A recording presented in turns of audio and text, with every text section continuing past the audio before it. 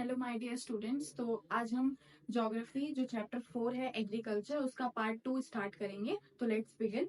यहाँ से आपको ध्यान रखना है कि आज हम मेजर क्रॉप्स के बारे में पढ़ेंगे। अगर आपको याद हो पिछले क्लास में मैंने आपको एग्रीकल्चर के बारे में बताया था, प्रिमिटिव के बारे में बताया था, जो जिसमें हमने झूमिंग फार्मिंग एंड ऑल के बारे में डिस्कस किया था। Today I am going to start with major crops. That first crop is rice. Rice जो कि बहुत इंपॉर्टेंट क्रॉप है, जैसा कि आप जानते हैं। मतलब खाने पीने में अगर हम देखें अनाज के मामले में तो राइस, व्हीट, पल्सेस, ये सारे जो क्रॉप्स है सबसे नंबर टॉप पे आते हैं। तो ये आपको ध्यान रखना है। सबसे पहले हम राइस के कैरेक्टरिस्टिक्स पढ़ेंगे।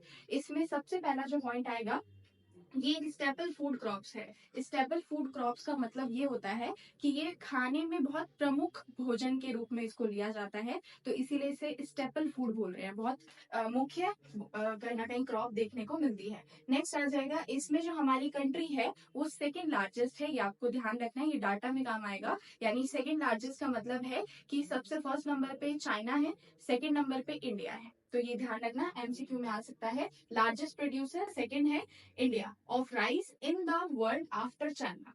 ठीक है, चाइना के बाद इंडिया कितने नंबर पे आ रहा है? सेकेंड नंबर पे आ रहा है in terms of rice.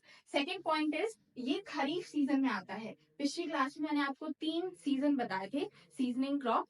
First बताया था खरीफ, सेकंड बताया था राबी जो विंटर सीजन का है, और खरीफ जो समर सीजन का है। तो राइस जो है ये समर सीजन में आएगा। यानी खरीफ सीजन आपको ध्यान रखना है, एमसीक्यू में कभी आ भी सकता है कि राइस कौन से सीजन में आ रहा है, खरीफ सीजन, रबी या जायद। तो आपको ध्यान रखना है कि ये खरीफ सीजन की क्रॉप है। Which requires high temperature above 25 degree Celsius. इसको कितना टेम्परेचर चाहिए? मतलब चावल ऐसा है कि इसको ना ज्यादा भी, अगर हम ग्लोबल वार्मिंग की वजह से ज्यादा हो जाएगा तो भी सही नहीं है, और बहुत कम टेम्परेचर भी इसको नहीं चाहिए होता। Moderate approx 25 degree Celsius temperature होना चाहिए।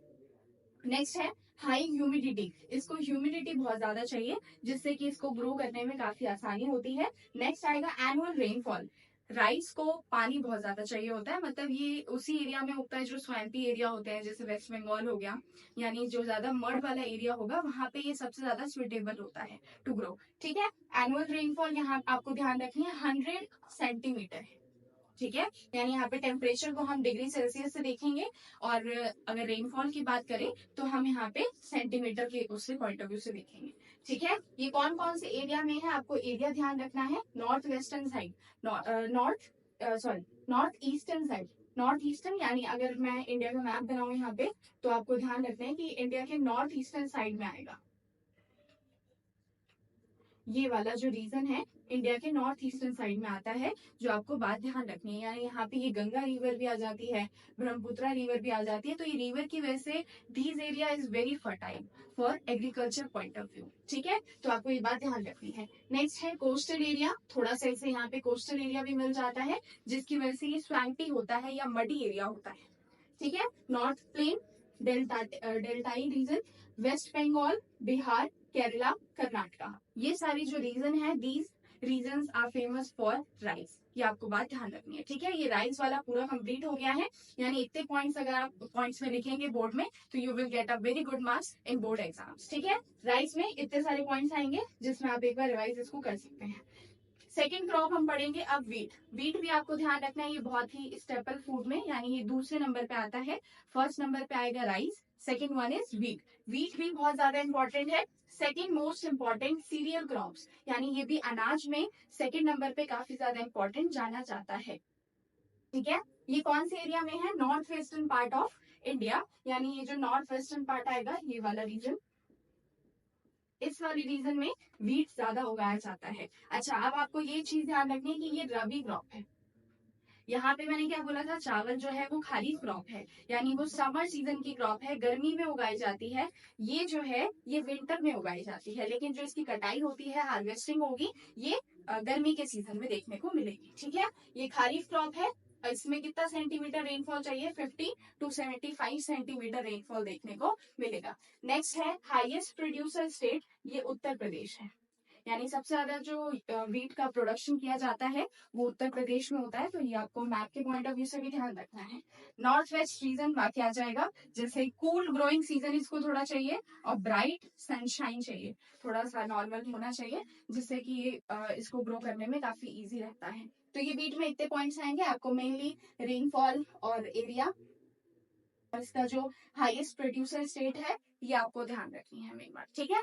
थर्ड क्रॉप आ जाएगी मिलेट्स, जो ये भी बहुत ज्यादा इंपॉर्टेंट है। मिलेट्स को हिंदी में अगर मैं बोलूं तो इसे मोटे अनाज कहा जाता है, जो न्यूट्रिशन के पॉइंट ऑफ व्यू से भी काफी अच्छे होते हैं, ठीक है। मतलब अगर हम वैसे बात करें तो ये ज्यादातर नॉर्थ वेस्टर्न एरिया में ही ज्यादातर उगाया जाता है, लेकिन इसका न्यूट्रिशन पॉइंट काफी अच्छा है। तो मिलेट्स भी बहुत ज्यादा फेमस है। जैसे इसमें कौन कौन सी चीजें आएंगी, इसको आप हिंदी में भी ऐसे ही लिखेंगे और इंग्लिश में भी ऐसे ही लिखेंगे।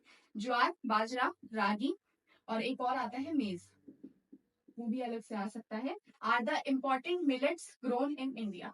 ये सारे जितने भी क्रॉप्स हैं ये किसके अंदर आएंगे, मिलेट्स के अंदर आएंगे, यानी मोटे अनाजों में ये कंसिडर किए जाते हैं, ठीक है। These have very high nutrition value. Mainly इसमें ज्यादा पॉइंट नहीं है, बस आपको इतना ध्यान रखना है कि न्यूट्रिशन वैल्यू से काफी इंपॉर्टेंट देखने को मिलता है, ठीक है।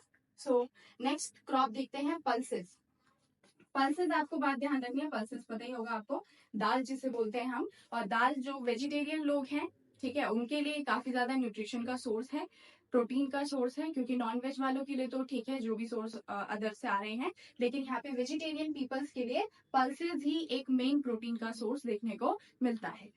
लार्जेस्ट प्रोड्यूसर है इंडिया इसका, और कंज्यूमर भी है। इसका ये मतलब है कि हम पल्सेस को उगा भी रहे हैं बहुत ज्यादा मात्रा में, और उसको कंज्यूम भी कर ले रहे हैं, ठीक है। तो ये ध्यान रखना, major source of protein in veg diet, एक तरीके से जो वेजिटेरियन लोग हैं उनके लिए मेजर सोर्स है प्रोटीन का। नेक्स्ट आएगा these needs less moisture in dry, एक तरीके से इसको थोड़ा सा कम मॉइस्चर चाहिए, ज्यादा भी इतना नहीं चाहिए, और थोड़ा ड्राई रीजन भी होगा तो इट विल ओके, ठीक है। यूपी, एमपी, राजस्थान, महाराष्ट्र, कर्नाटका, ये सारे जो रीजन है यहाँ पे ये पल्सेस उगाए जाते हैं। तो होप यू अंडरस्टैंड, ठीक है। आपको अगर ये वीडियो अच्छी लगी, thanks for watching, please like share subscribe to our YouTube channel, thank you.